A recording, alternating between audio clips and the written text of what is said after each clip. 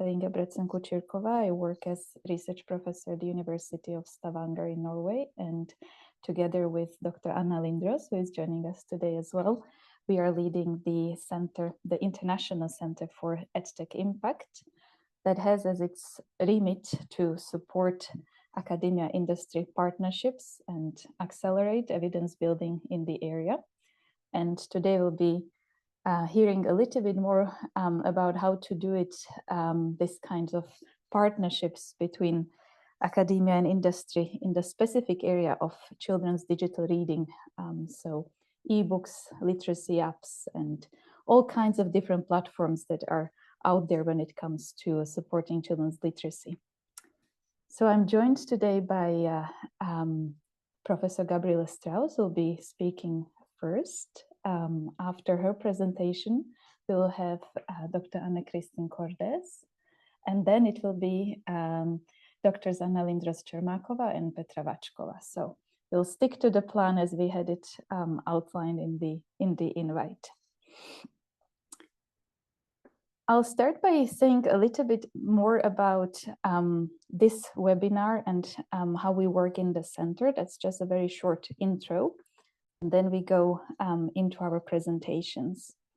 But for those of you who are perhaps new to how we work in the center and have not heard of us before, I want to say a few words. So under the foreduimpact.org, you'll see that we are a center that is divided in 4 areas of work. We are building the impact in the EdTech space from both the perspective of researchers and developers, as well as researchers and investors who are really trying to boost the impact of EdTech through direct funding. And we started off as a university spin-off of the University of Stavanger with the think tank, the International Collective of Research and Design in Children's Digital Books. That was really a network, and still is a network of researchers, designers, developers, and practitioners who are joined by the mission to accelerate evidence building specifically in children's digital books. So very relevant for today's webinar. And from there, we grew into a bigger network with learning scientists, learning engineers, and EdTech researchers who are supporting any kind of EdTech organizations, whether they are looking at literacy outcomes for young children, or playful learning, or mathematics, or science, any kinds of outcomes, any kinds of learning happening on digital surfaces. So it could be learning platforms, it could be apps, various kinds of educational technologies out there.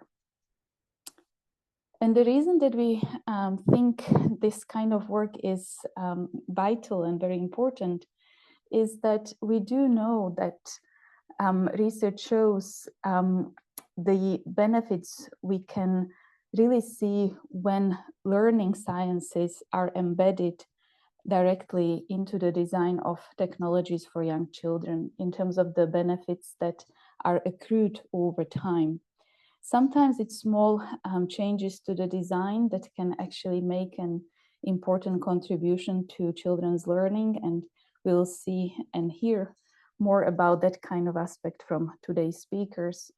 But it's really a movement that we are seeing in the space in terms of more and more researchers working with the industry to accelerate and increase the impact of their own work, but also, of course, the impact of these solutions out there to make sure that they are based on what we know works, what we have been researching over time and building together with developers.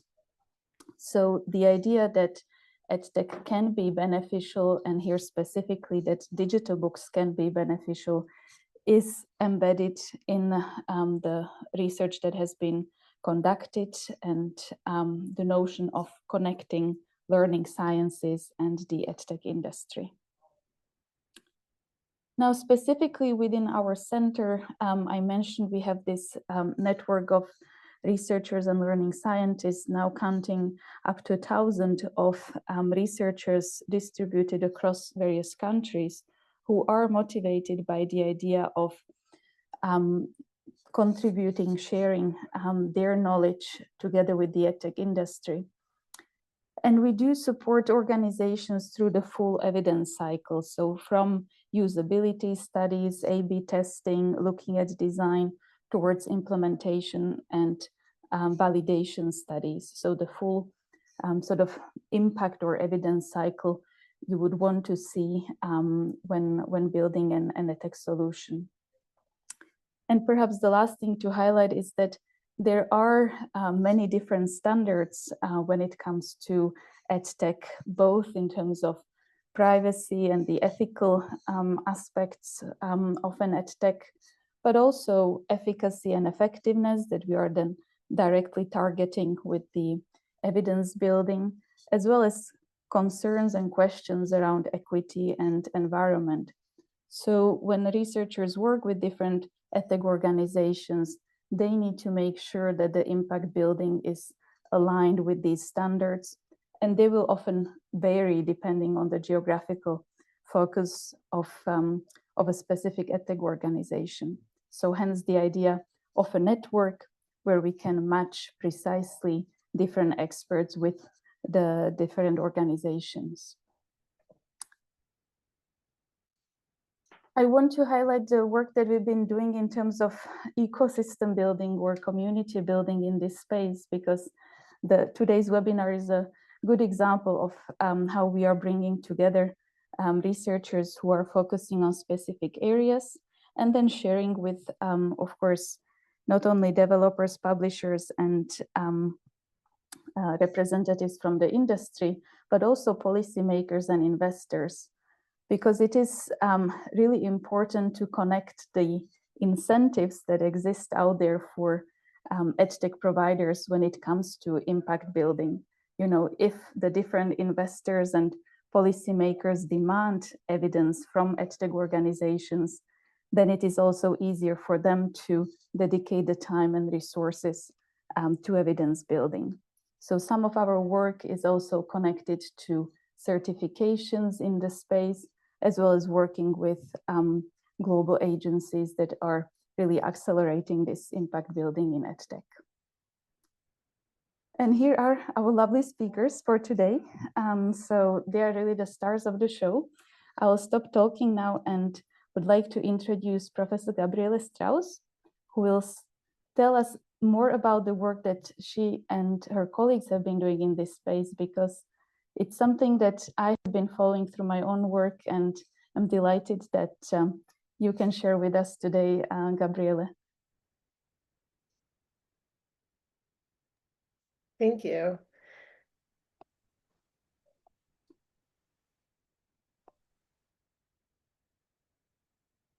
All right, so I am going to talk today about a line of research we've been doing with some digital books that we created. My collaborators here are Georgine Trosseth and Zach Stuckelman at Vanderbilt. So this all started with a challenge that was put out by the Human Resources and Services Administration in the US.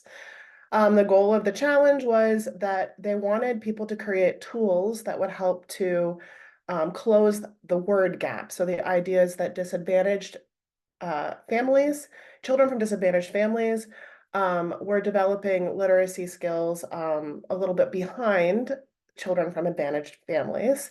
And so the idea was to create a tool that would help support language development for these families. And so our tool was focused on dialogic reading. So this is a very old intervention with a lot of research base, but it promotes reading, and specifically child talk during reading. So the idea is that the adult is really helping the child to get involved in the reading process by talking a lot, by telling back parts of the story, by using the words in the story. And this leads to opportunities for vocabulary acquisition and other broader literacy skills, such as being able to tell stories better. So dialogic reading has been around for a very, very long time. There are a lot of tools, tip sheets from different organizations, designed to help people learn to do this. But the uptake has been, still somewhat moderate, especially adoption is low among parents. So some early childhood teachers know how to do this. They might learn it in their university courses, but it's not really that mainstream. And so what we wanted to do was to see if we could find a way to teach parents to do this, but without really making it seem like work. So a lot of the tip sheets, they have these mnemonics. You have to remember, okay, peer, that stands for prompt, evaluate, expand, repeat. There's also a crowd mnemonic. So it can be like cumbersome if you are trying to remember all the pieces. But what if we could just do something fun that would be kind of a training through immersion through concrete and applied examples? And so what we did was we put an overlay on top of an existing ebook. This is the Big Dog Problem from Peg Plus Cat. And we took a character that was in that story universe, Ramon, but he wasn't in this book. And we did an overlay on top of the book. And so Ramon pops up here. He asks dialogic style questions. At the very beginning of the story, he has an introduction where he explains the importance of talking while reading. In these questions, he uses a lot of direct links to real life. So in the dialogic reading framework, we call those distancing prompts. So those are things like asking the child, so say there's a dog in this story, so asking the child about their own dog to sort of connect the book with the child's real life experiences. And then the idea here was that Ramon would gradually withdraw his scaffolding and his prompts, and the parents would take over. So at the beginning, Ramon appears on every page. He's giving a lot of prompt examples. Then slowly he starts to just give topics for prompts. And then he withdraws altogether, and he only appears if the parent taps to bring him up. So the idea is that the prompts would become delivered by the reading adult and not always by the voiceover. And so, yeah, the idea here is that we're using a combination of these built-in contingencies in the book, along with drawing in the adult reader to provide the in-person supports. So here are just some example pages. So the simple questions that appear at the very beginning of the book. So this one says, the page of the text of the book says, Cat has an idea. If he stands on my shoulders, we'll look like one really tall person. The big dog will be scared of us. And then you can see Ramon's prompt along the bottom. He pops up and he says, who's wearing the coat? So this is just the very beginning type of simple prompt. And then he moves into like more challenging prompts. So the text of the page says, heads up, Mr. Dog, tall cat person coming your way, so big, so tall. And then the prompt that Ramon gives is, why do Peg and Cat want to be taller than the dog? So that gives a much more open-ended opportunity for conversation between the parent and the child to talk about what's going on in the story and why. And then there are pages toward the end. We have two versions of the book that gradually withdraw Ramon. And so at the end of the second version, then Ramon doesn't pop up at all, and parents need to tap on that coffee cup icon with a question mark if they want to hear Ramon pop up and give a suggestion. So the idea there is really that the parents would be able to do their own prompts on those pages. And so in our initial testing, we tested this with 3- and 4-year-olds and a caregiver. We had a low-income sample, and then we had a sort of a general recruitment, anybody who wanted to sign up sample.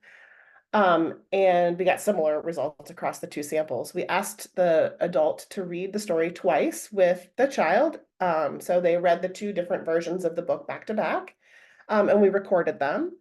And here's just an example from a couple of families. So family in the control group, so they got the book without Ramon in it. On this particular page, the parent just says, all right, you press the button. So we see a lot of focus on the sort of mechanics of the book, but not really on the story content in those control families. And then the family that gets the enhancement with Ramon, so the parent says, she's so goofy, so why is she freaking out? So this is a nice dialogic style prompt. It's a WH question that's very open-ended. It gives the child a lot of opportunity to talk. The child responds because she's not tall enough. The parent then expands on that. So what are they going to do? It's another WH question. It's also a recall prompt. So asking the child to remember what they had seen the last time they read this story, and kind of tell it back. So the child responds, the parent, a couple back and forths there. So the group that got the Ramon ebooks, they had more parent and child talk. They also had a broader variety of words. So they weren't just saying the same words over again. They had new vocabulary words. So that gives the child more chances to learn a variety of words. They had more of those back and forth conversational turns. And they were more focused on the content of the story rather than just like, how do we flip the pages? What do we tap on? And so then our follow-up to this study, and also more use of dialogic reading style prompts, was to address the limitations of that initial study. So, we had those families reading kind of in a lab setting. We had a video camera on them. They knew exactly, what we wanted them to do. And we only measured the behavior with this training book. So we wanted to also know, are they learning these dialogic reading skills in a transferable way so that they'll be able to apply them to other books when they're reading in the future. So our new research questions were, would families opt to read with Ramon at home if they had a choice? Would they learn something that was transferable to other books? And like in general, is the interaction quality good? So we don't want to promote something, even if it promotes child language, if the parent and the child hate it.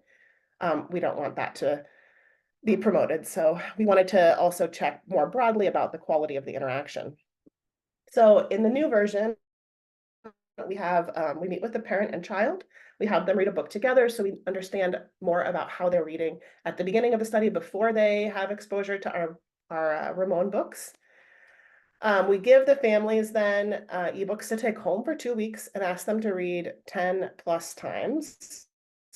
So they're reading The Big Dog Problem 10 times over 2 weeks.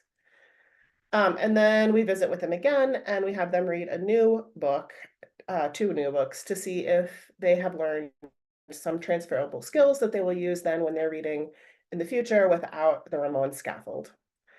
And families were assigned to 3 conditions. So the only difference they're getting those 2 Ramon books, and we're asking them to read the easier book about 5 times each. In the control group, they just get the book with no Ramon overlay, the original ebook. And then in the choice group, we give them all 3 books and they can read whichever ones they want. So this was really our test to see if they would choose to read with the enhancement if they were given the option. We had 76 parent-child pairs. They're almost equally distributed among the 3 conditions.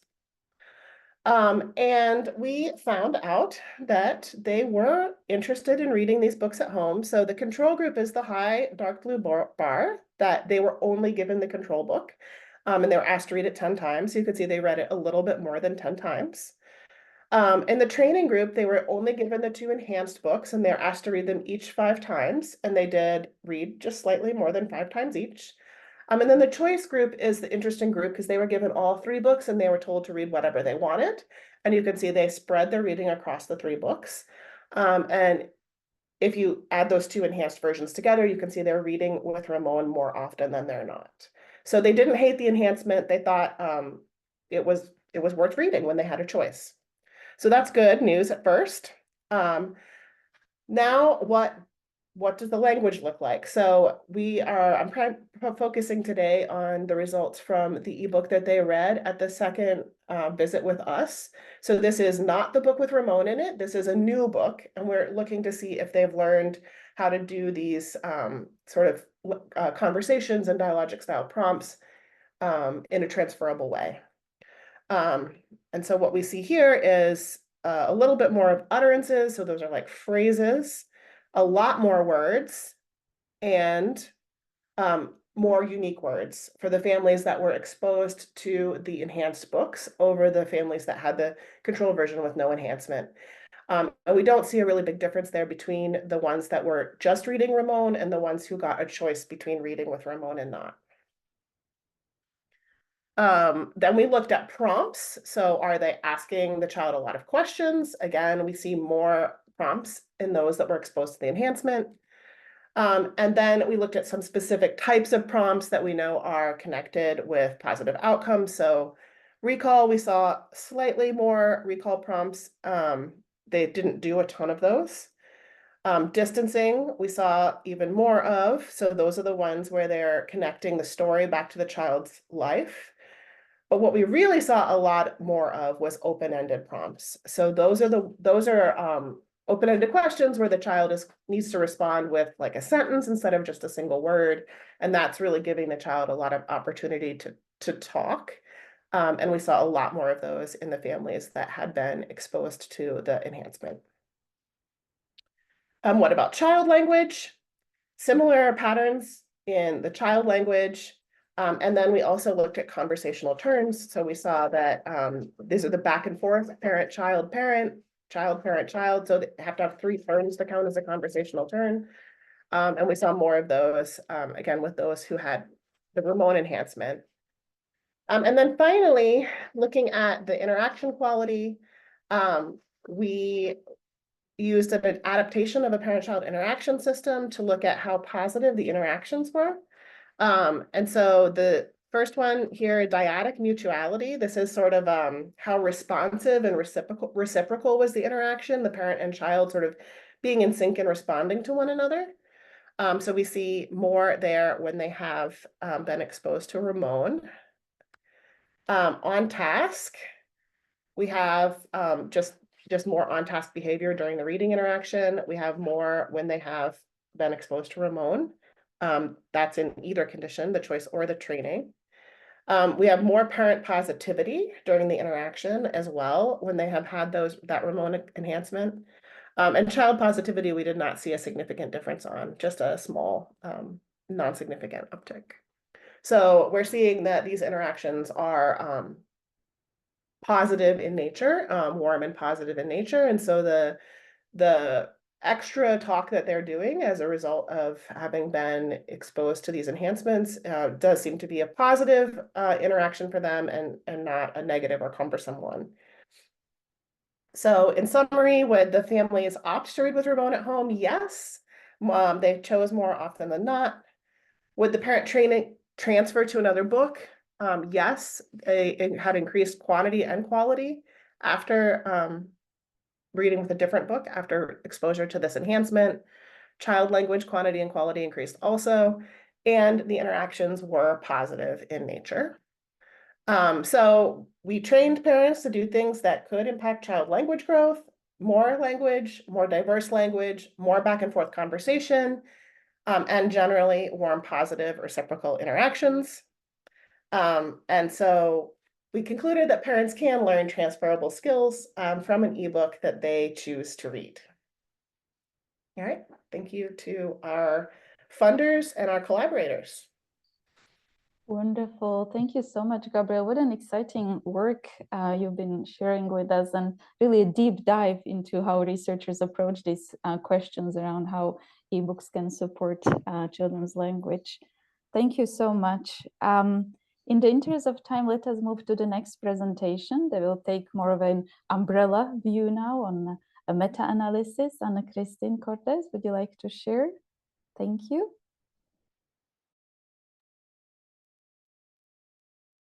Yeah, good afternoon. Thank you so much for inviting me to talk about the question whether ebooks can foster child language. And specifically, I'm going to present to you a meta-analysis we did on how effective ebook interventions in early childhood education and care are. Let me start by framing our research a little bit. So we know that early language skills are the key to educational attainment, to success at school in later life. But nevertheless, in Germany, for instance, we have between 15 and 40%, depending on where you're looking, of children who enter school with poor language skills.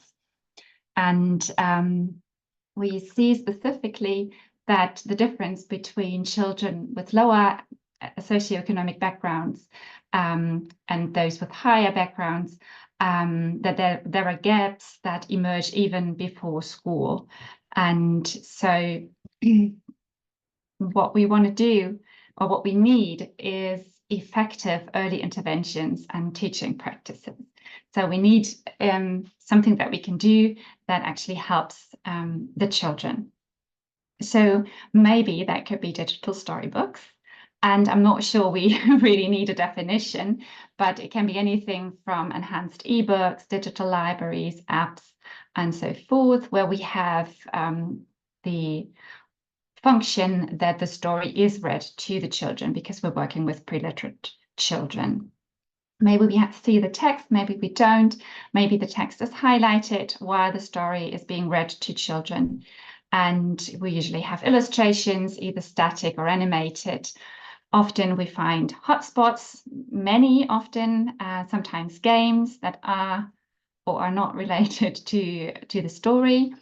And we often find background music or background sounds, and maybe additional functions, such as a dictionary function or a recording function. And what we have seen in recent years is a growing evidence that digital stories can work to foster child language, but there are some mixed results. Some studies tell us that they are equally effective as traditional stories. So what we did was a meta-analysis. So our idea was, for those of you who maybe don't have a research background, we wanted to gather all the studies that exist in the ECEC context, because we want children to receive systematic language support in daycare. And our goal was to find out whether overall digital storybooks can help improve children's language. So our research questions were, first of all, to what extent ebook reading in ECEC can enhance children's language skills when we compare it to regular daycare, so business as usual. That would be the plain effect. But then also, if we compare it to traditional print book reading, that would be an added value, because this would be more difficult to achieve, right? If the children do all sorts of things, it's easier if we give them some language support. We would think that might have an effect, but if the other children also receive language support, that might be more difficult to achieve. And we were also interested in effect modifiers. So maybe some aspects could lead to differences, maybe methodological differences between studies, maybe the samples, maybe if we look at typically developing children, something else is helpful than for at-risk children. Maybe different implementation strategies could have an effect, like, for instance, dialogic reading versus just listening with headphones. We were interested in the dosage, so how much of an intervention do children get? How long is it? And we're very interested in whether particular technical features of the ebook would make it easier for children to learn, for instance, new vocab, or could possibly also impede learning. So in a meta-analysis, you usually have a question or several ones, like I just showed you. And what you do next is you make a huge literature search in databases, on the internet, in studies that already exist in the field. And then you collect all the studies for your question that might help. And then you need to code them, usually with several people and several steps. It's a complex process. And you ask each study how many children there were, how old they were, where was the research undertaken, what was measured, and so forth. And this is usually called inclusion criteria. So you want to decide whether this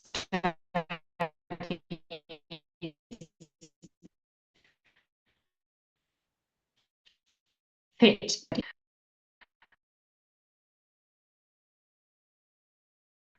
And 2018, we were interested in the 0 to 6-year-old age group, and we wanted at least 10 children per condition, because otherwise there would be such small samples. It always had to be an intervention with digital storybooks on a digital device, with the goal of fostering language. It was also necessary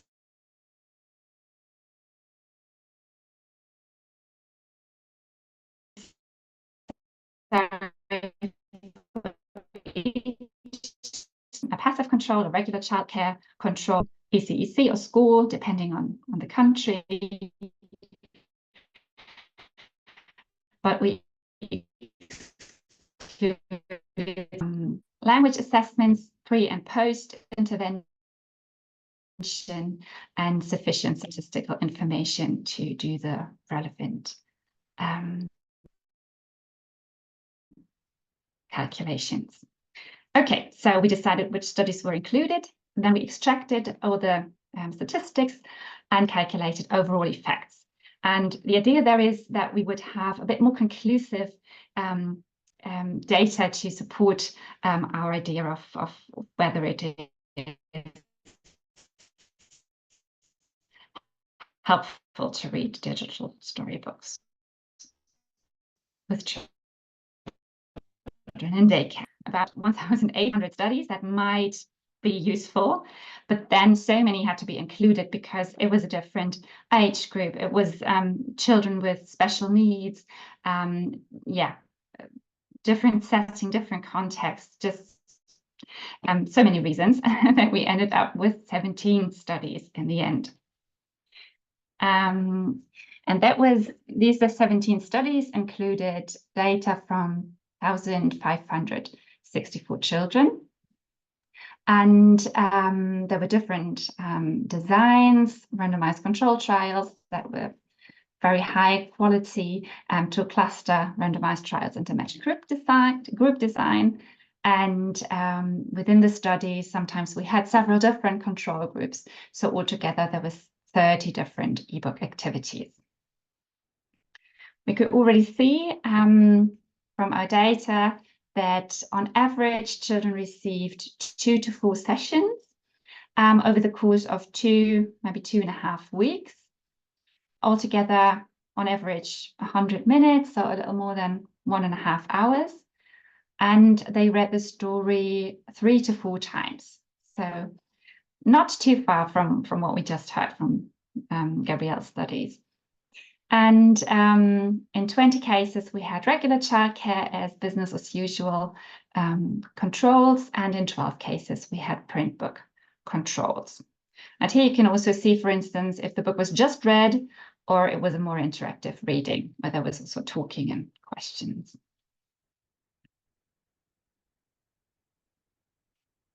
Let's look at the playing effect first. So we see all the studies here, and we can see if they had a positive effect on children's language skills. And if we compare to business as usual, we see that most studies are in the positive area here underneath the funnel plot, and just 2 seem to have nil effects, and 1 was very good.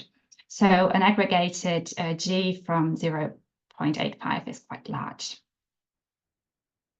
For the comparison to traditional reading, we already see that the funnel plot moved a little bit, so the effect is smaller. It's a small to medium size effect of 0.45.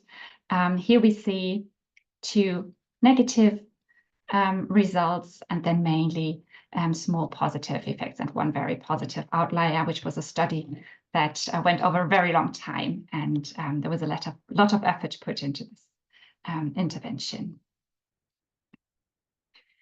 We can see effects on language composite measures that include receptive and expressive language skills.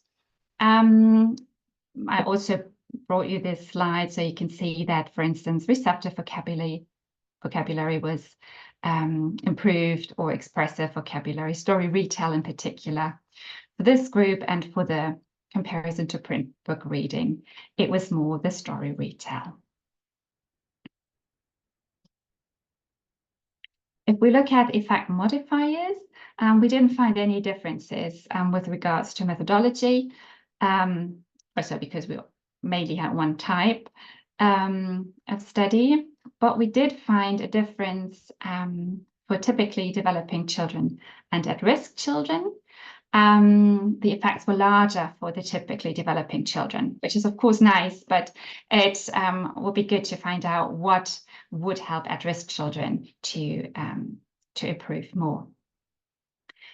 With regards to implementation, we could see that teacher-led activities were much more effective than experimental-led activities, which also makes sense, especially in this early age group where it's easier if you know the person you're working with as a child. And we see that embedded activities were more effective when children, for instance, read a storybook about farm animals and then later played with farm animals so they could learn the new vocab and entrench it better. Dosage also mattered. So the more input children got and the higher the number of repetition was, the more effective the intervention usually was. Unfortunately, we couldn't look into the individual technical features. One reason was that it was quite homogeneous in our group because all the apps were selected by the researchers, and they usually chose something that they thought might work, and so they based what they took on what we know from the science of learning. So to sum up, we have found that activities with digital storybooks have the strength to foster children's expressive and receptive language skills in ECEC, and that 2 to 4 sessions are already effective.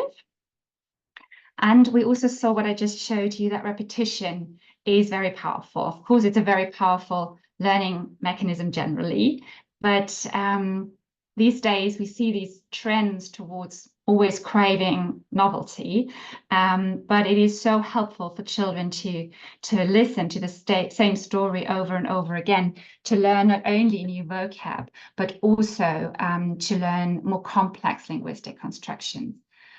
But we need repetition for that. And that we see also reflected in the embedded storybook reading effects, where the vocabulary, for instance, is then repeated and can be entrenched better. Of course, we also have some limitations. Our study could only be as good as the studies that we included. Sometimes language was assessed using aligned measures, not standardized measures. And we had a number of studies from Israel, very interesting studies, but just quite large number from one lab. So that is something I should mention. And unfortunately, and I must say that we cannot generalize these positive findings to all available commercial applications because, they were very specifically selected. And we know from another studies by Maya and colleagues that learning science is not always reflected in the apps. In this study, what the researchers did was they looked at the 100 most downloaded Google and Apple apps, educational apps for children in this age group. So it was not just ebooks, it was all educational apps. And they tried to find out in how far the 4 pillars of learning were included in the apps. So each app got points for active learning, engagement, meaningful learning, and social interaction, 0 to 3 points. And what we can see is that the most downloaded and most used apps were not very high in learning quality, so to speak. Lots of ones actually. So yeah, there's a big gap between what we know about how learning works and how apps and storybooks are most frequently set up technically. So I'd be so glad if we could cooperate more with developers and make more apps that are conducive to learning, and yeah, that they could be on the market as well. Thank you very much. These are my two collaborators, Franziska Egert and Fabienne Naukern. Thank you so much, Anne-Kristin. You really brought us home here in terms of thinking about why it is important for researchers to collaborate with the industry so that we can really embed some of the knowledge that we have from the research into the current applications. And we'll move now to more detailed look at the technical features of specific commercial applications out there, and an analysis that was done together by Dr. Anna Lindroos and Petra Vackova. So please, Anna and Petra, the floor is yours. Thank you, Natalia. It's really great to be here today, and I think it's also a great transition. Dr. Anna Lindroos, Cermakova, and I will now continue our discussion by talking a little bit about children's digital books and several key quality criteria we have established and published as part of a report last year. That brings us to the next slide. As we were listening to the previous wonderful presentations and the rich work our colleagues are developing around children's interactions with ebooks, it is clear that we are all here today to think about how to best support children's reading experiences in the digital age. Indeed, while digital books are relatively a new phenomenon, this type of format of children's books is growing as children are reading online more and more, with schools now readily offering access to digital learning resources and with families having increasingly greater access to cheaper digital devices that children then can use at home for learning and play. Children's ebooks, also known as digital interactive books, storybook apps, are digital versions of traditional children's books, but provide, I think we would argue, a different immersive and interactive way for children to explore stories, characters, and educational content. This is due to the fact that ebooks can combine text, illustration, and multimedia elements in such a way as to create a dynamic and engaging reading experience.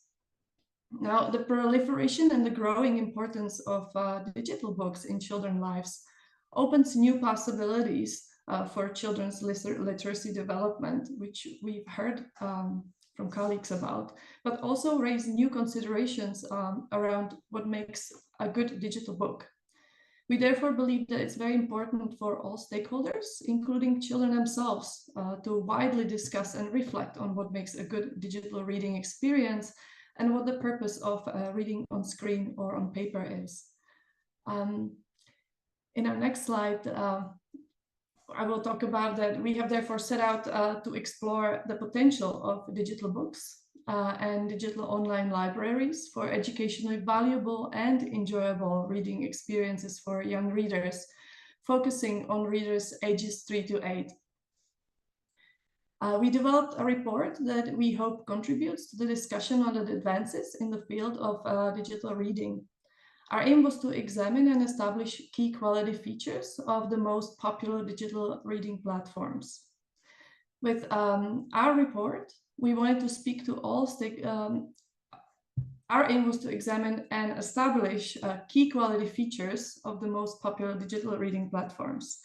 And we also want to speak to all the stakeholders that we believe make up the network community around children's digital books. That is not only to other researchers, but also to the developers and designers, as well as families, schools, and children's book authors as well, to encourage more dialogue in this field and to advance digital reading experiences that not only fully benefit from the possibilities of new digital technologies, but also provide a safe, enjoyable, and educationally valuable experiences for young readers. Next slide. Our report was driven by one simple key question. What are the quality features of children's digital books in some of the most popular reading platforms and free online libraries today? Just to tell you a little bit about our approach in the next slide, before my colleague takes over and tells you more about our findings, we reviewed and compiled a large body of peer-reviewed literature published in this field in the past 20 years in English. And we were interested in a broad, comprehensive spectrum of literature that focuses on digital books for pre-primary and primary age children, and concerns itself with ebook content, design, but also representation and creativity, for example, among others. The scoping review then helped us to identify a variety of topics central to the discourse on high-quality learning interactions with digital books. We then reduced our findings, synthesized the key quality markers, and check them against other quality assessment frameworks, such as those that have been identified to promote reading for pleasure.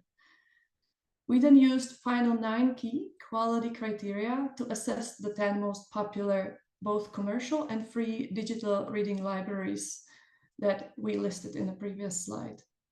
We wanted to know to what extent do the 10 libraries align with the quality criteria. But it's important to note that we followed an evaluation methodology that does not allow for quantifiable or direct comparisons of these platforms. Therefore, in describing the findings, we use the examples of individual platforms to illustrate and concretize the evaluation criteria and not to compare one platform against one another. Equally, our report does not aim to pass judgment on the value or quality of these platforms, and instead we want it to be a conversation starter that initiates a collective thinking around how to best support children's reading experiences that better reflect their needs. And I will now pass on to Anna. Okay, so thank you, Petra. So I will talk you first through the 9 quality criteria we have identified, and then I will pick only some and illustrate them in a bit more depth with some of the examples from the library, because we can't go into detail for each one of them due to time restrictions, but the report is open access. So in case you are interested, you can download it and read the full report. So the 9 criteria we have synthesized based on the literature review as recurring themes in articles we have reviewed are these ones. The purposeful is what is the basic criterion, where we would be expecting that the platform, the reading platform, clearly states purpose and its aims, but we would also like to see detailed information about the developers and content creators. Sustained is another feature that we found really important and in the literature review, and by that we mean features that support motivating and engaging repeated interactions with the book and with the platform, so that the children enjoy and want to come back to the books. Intercultural refers to basically to diversity in terms of the content of the platform, while accessible refers to diversity in terms of the design of the platform. So these are 2 sort of complementary criteria. Interactive, obviously, when we're talking about digital books, is one of the most discussed features in the platform, and it sort of occurs on a continuum from very sort of elementary interactive features of turning pages to very sophisticated multimodal features, including hotspots. But our main sort of focus, what we were looking at, is that the interactivity is actually supporting the reading experience rather than distracting. With that goes the criterion child-friendly, which might seem like self-evident, but since we're talking about small children, it's really imperative that the design of the platform is age-appropriate. The next criterion is looking at personalization, which is obviously a big thing, and it sort of more ventures into the ethical area about the data the platforms collect about children behavior on the platform while personalizing their experience during reading. So we would have been interested in what kind of data and how that sort of is reflected in the personalization, and again, that it supports the reading experience rather than anything else. And then there are two features, creative and social. So social is something that actually Gabrielle talked about today, so I won't need to enter into that, because social refers to encouraging social or even parasocial interactions around reading. And creative is that we kind of envisage a space that would allow children's creative agency during the reading. So like an additional space in addition to the reading itself. So as Petra mentioned, these are not precisely measurable criteria, and all of them would occur in the platforms on a continuum scale, but purposeful, sustained, intercultural and interactive would have been present to some degree in all the platforms. While surprisingly child-friendly design seemed to be less reflected in some of the platforms. So there was that feature sort of felt that there might be a scope for what we thought co-design development with children, where they would have an agency and say in how they want the platform to be working for them. Also personalization, there were different degrees of personalization present in the platform. Some of them had nearly none, and some of them had quite sophisticated algorithms that were personalizing the experience. And the accessible, creative and social were more on the wish list rather than present in some of the platforms, unfortunately. But some of the platforms definitely did sort of have that kind of dimension as well. But what and then I've put that with the emphasis mark here, safeguarding policies. What we found quite surprising, that I think considering that these platforms are aimed at small children and they should need to understand what kind of data is being collected about them, the safeguarding policies were not very often clearly stated so that the children would understand, and we found that as a thing that is easy to improve and would be really beneficial. So now I will sort of show a few examples that from the platform. So this is nothing representative. So this is just what we found and we particularly like, and we think that it illustrates the criterion really well. So for example, the sustained. So this is something that when you have the reading experience, so most of the platforms would be having an option that the text is narrated to them. And we thought that particularly, for example, the feature that the read aloud words are being highlighted, or you can tap on them and they can be repeated again and again so that the child can sort of get back to them. We found that as a really nice feature, which was present at some of the platforms. Another sort of sustained feature which we liked were these sort of reading badges, because as the research show, it sort of increases the motivation of children to come back when their sort of reading has been appreciated, and including the kind of overview of the reading log of what they have been reading. Interactive is obviously one of the most discussed features, and as I said, it occurs on a continuum. So from just being interactive in terms of page turning, there are many other types of interactive features that are that can be added to the platforms and that occur at the platforms. And with interactivity is always that kind of balance, whether the interactivity really supports the reading experience or is rather distracting. So here I've sort of shown one of the interactive features which is an embedded dictionary in the EPIC platform, where when the child can tap on the word and it gives them a definition of the word. So while I think that this is a fantastic feature, especially supporting, for example, readers that have English as additional language, the problem with the dictionary is that it clearly is not adjusted for child experience. So it would need to have an accompanying adult that helps the child to explain the definitions. So it's like the one step, but the following step is not followed. Obviously, that taps into a lot of things where to get a good children's dictionary, because there aren't that many available on the market.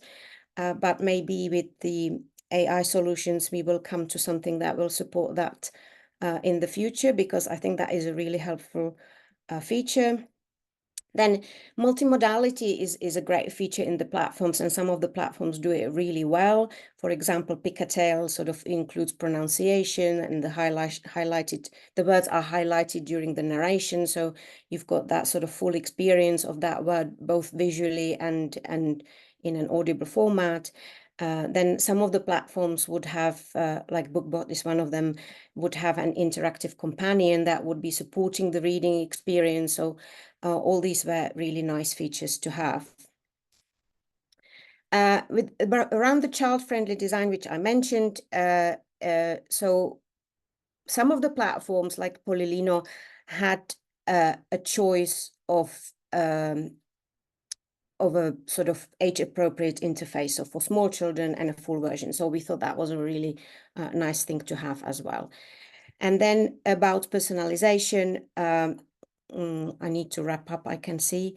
About personalization, these reading statistics and personalization algorithms about book recommendation, many of those platforms did have that, but it was not quite clear how the personalization algorithms work. So whether they sort of push the children a bit over their comfort zone, or do they just continue for them to stay in their comfort zone? So that is a question. And the last one was the creative feature, which actually was present at a very few platforms, and we thought the African Storybook Maker app was a brilliant example of how children sort of can get creative around their reading. And I would like to wrap up with sort of saying that, as Anne-Kristin already said, that a dialogue between researchers and developers is actually really needed, because it's mutually beneficial. It's a win-win situation for both sides. So we would like to encourage that. So thank you, and this is the link to the report. That's great. Thank you so much, Anna and Petra, and many thanks to all our panelists and attendees today. I think we learned a lot mutually, and we'll be learning more as we are sharing these resources and hopefully engaging in the dialogue that we mentioned several times is so much desired in this space. So huge thanks from my side, and big thanks from our center as well. I'll share here a link to more activities that you can follow if you would like over time. We look forward to our next webinar that will be in September. So stay tuned, and many thanks again, everyone. Yes, thank you. Bye-bye.